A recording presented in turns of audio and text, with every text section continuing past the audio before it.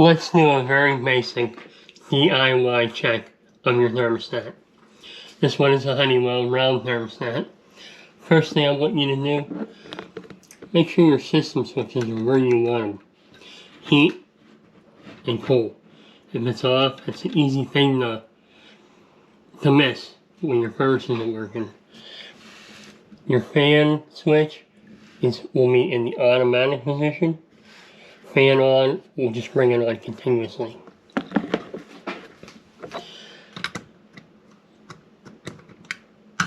Alright, we're going to take off our thermostat and get to the sub base. That's where we're going to make our checks. On this Honeywell, there's 3 little screws.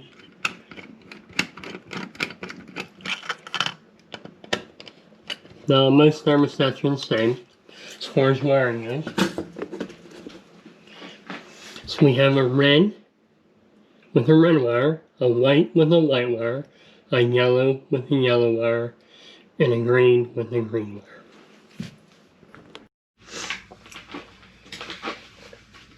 So we have here an R, which is a red wire, a white, which is a white wire, a yellow, and a green. And even if your wires don't line up, you count the wires, these terminals are the same. The first thing I'm going to do is jump between the red, which is power from the furnace, to the thermostat. So I'm going to jump the red to the W and send power back to the furnace to turn on the furnace. That'll fire up the burners and turn the heat on in the home. Okay, I can hear my furnace coming on. While this is jumped out, your furnace should run continuously without shutting off. If it does shut off while you're jumped out, you have a problem with your furnace. There's something, keep letting that furnace shut off. Next, I'm going to jump from red to yellow. Okay, now that brings on my air conditioning condenser. And I can hear that turn on outside. So that's fine. Red and green brings on the high-speed fan.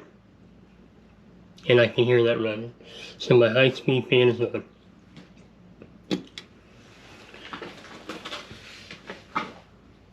So, if we do this check, you're having problems with your furnace.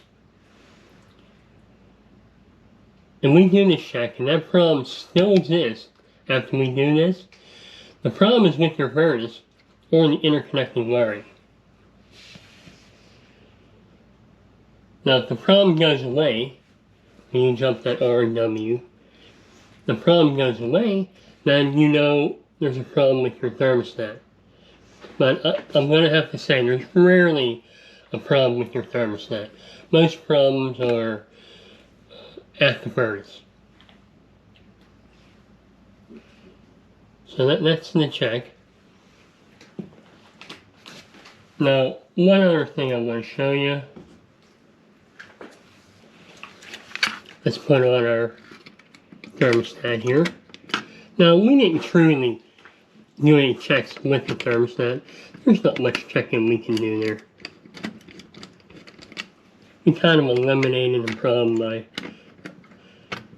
checking the source there. If your problem is this thermostat, your furnace is going to work fine when you jump it out. If your problem is the furnace, the problem is going to continue to exist after you jump those terminals out. Okay, we're all back together now. Let's look at the Honeywell Mercury Bulb T87 thermostat heat anticipator. This is our anticipator here. Now there is a calculation you do to find out what that's supposed to mean. but we're not going to get into that here. So with your heat anticipator, it anticipates the thermostat reaching temperature, so you don't undershoot or overshoot it.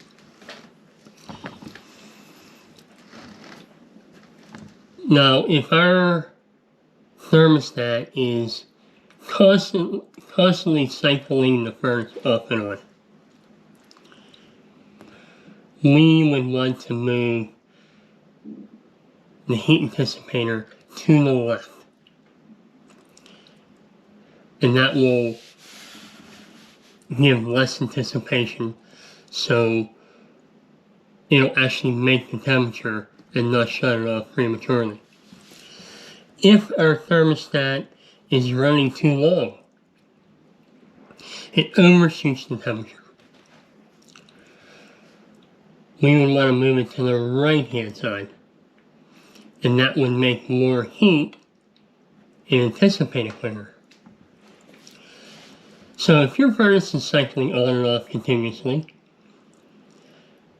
you're going to run your gas bills up and wear out your furnace.